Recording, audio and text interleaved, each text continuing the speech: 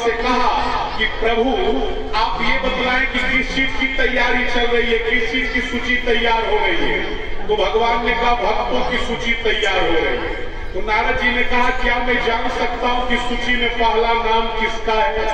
तो भगवान ने कहा ये जानने से कोई फायदा होने वाला नहीं है, और फिर अपने काम में लगे। तो नारद जी व्याकुल हो गए। तो भगवान कहते अच्छा नारद एक बात जान सकते हैं आप, सूची में पहला नाम आपका नहीं।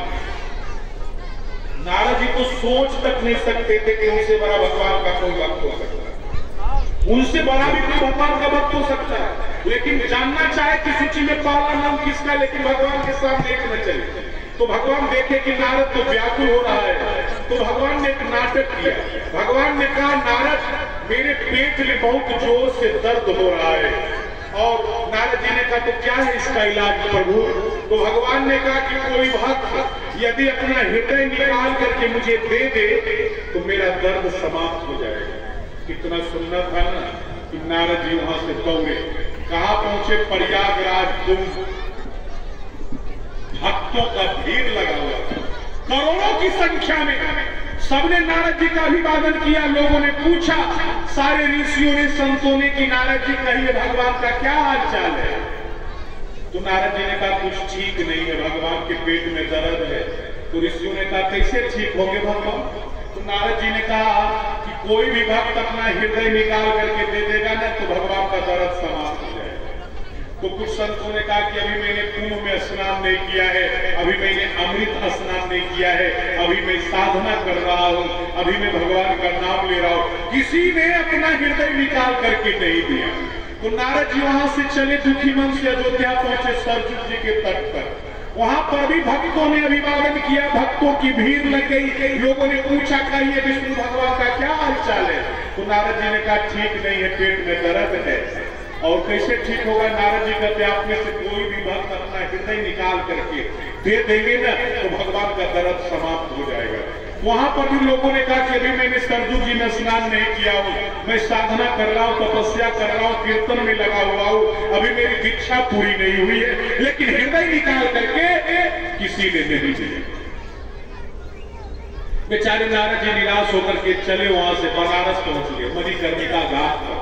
भक्तों की तांता लग गया, भक्तों ने प्रणाम किया, कहा कहिए क्या हाल चाल है भगवान विष्णु का? नारद जी ने कहा पेट में दर्द है, और कोई भी भक्त अपना हृदय निकाल करके दे दे तो उसका दर्द समाप्त हो जाएगा। वहां पर भी भक्तों ने यही कहा अभी तो मैं साधना में लगा हुआ हूँ, अभी सब कुछ मेरा बाकी है, अभी मैं हृदय नहीं दे सकता। जानते हैं जितना भी तीर्थ था समस्त भारतवर्ष में कहीं किसी भक्त ने भगवान के लिए अपना हृदय नहीं दिया।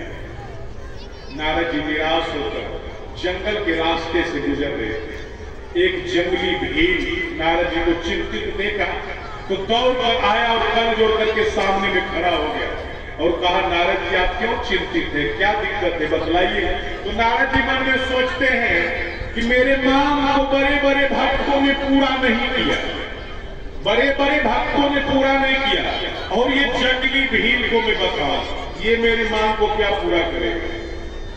लेकिन वो बेचारा नारद जी चुपे रह गए, वो बेचारा इनके चरणों में लिपट गया। बोलिए ना कि क्या दिक्कत है भगवान को, बोलिए क्या बात है, आप क्यों चिंतित है?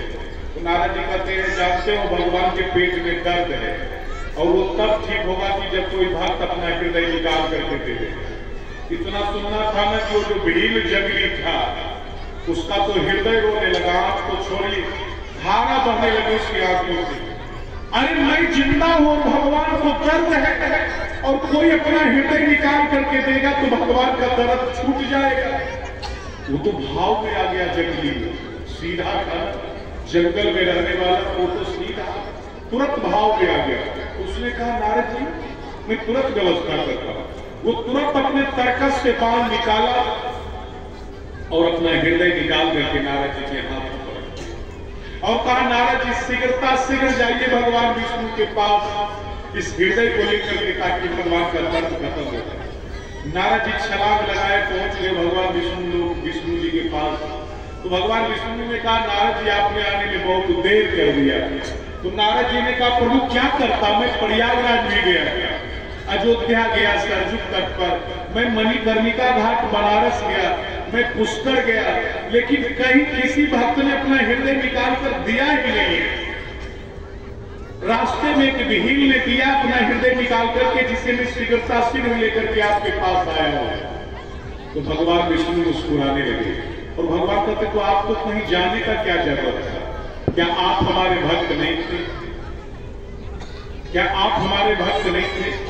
भगवान विष्णु ने वो सूची नारद जी के हाथों में पकड़ा दिया। तो नारद जी ने देखा कि उस भक्तों की सूची में पहला नाम उसी भील का था, जिसने भगवान के लिए अपना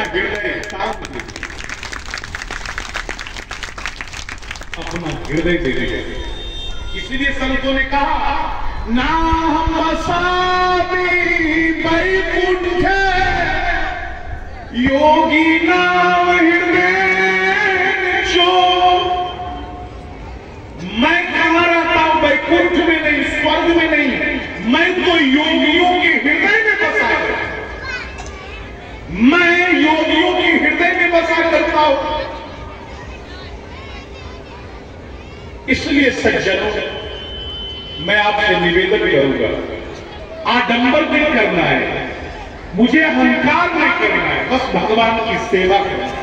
जहां सेवा है वहां मेवा है, जहां सेवा है वहां सब कुछ है। कुछ भी नहीं आवे, कोई स्त्रोत नहीं, आप पढ़े लिखे नहीं है तो बस भगवान के सामने कल जोड़कर 5 बार ABCD भी बोल दोगे ना, तो भगवान तुम्हारी प्रार्थना स्वीकार कर लेंगे। क्योंकि दुनिया की कोई प्रार्थना ABCD के बाहर नहीं, सब ABCD के अंदर है। भगवान भाव देखते, भगवान प्रेम देखते। सज्जनों, ठाकुर की सेवा और मां बाप की सेवा अपने हाथों से करनी चाहिए। इनकी सेवा में कभी नौकर का प्रयोग नहीं करना चाहिए। लेकिन कुछ साधन संपन्न लोग अपने माँ बाप की सेवा के लिए, ठाकुर की सेवा के लिए एक नौकर रख लेते हैं। नौकर पुजारी जो होता है वो नौकर होता है, जो तनख्वाह पर है, जो रुपया पर भगवान की सेवा कर रहा है, वो कहने के लिए पुजारी है, दरअसल वो नौकर है। तो संतों ने कहा है कि ठाकुर की सेवा और माँ बाप की सेवा में कभी नौकर का प्रयोग नहीं है। ठाकुर की सेवा और माँ बाप की सेवा हमें अपने हाथों से करनी चाहिए। लेकिन मनुष्य कितना बेईमान है, वो ठाकुर जी का मंदिर बनवाता है, उसमें अपने आराध्य की प्रतिमा स्थापित करता है और फिर उनकी सेवा के लिए एक नौकर रखते हैं। मैं आपसे पूछता हूं कि आप लोग विवाह करते हैं, घर में पत्नी आती है, अब पत्नी के सामने प्रेम प्रकट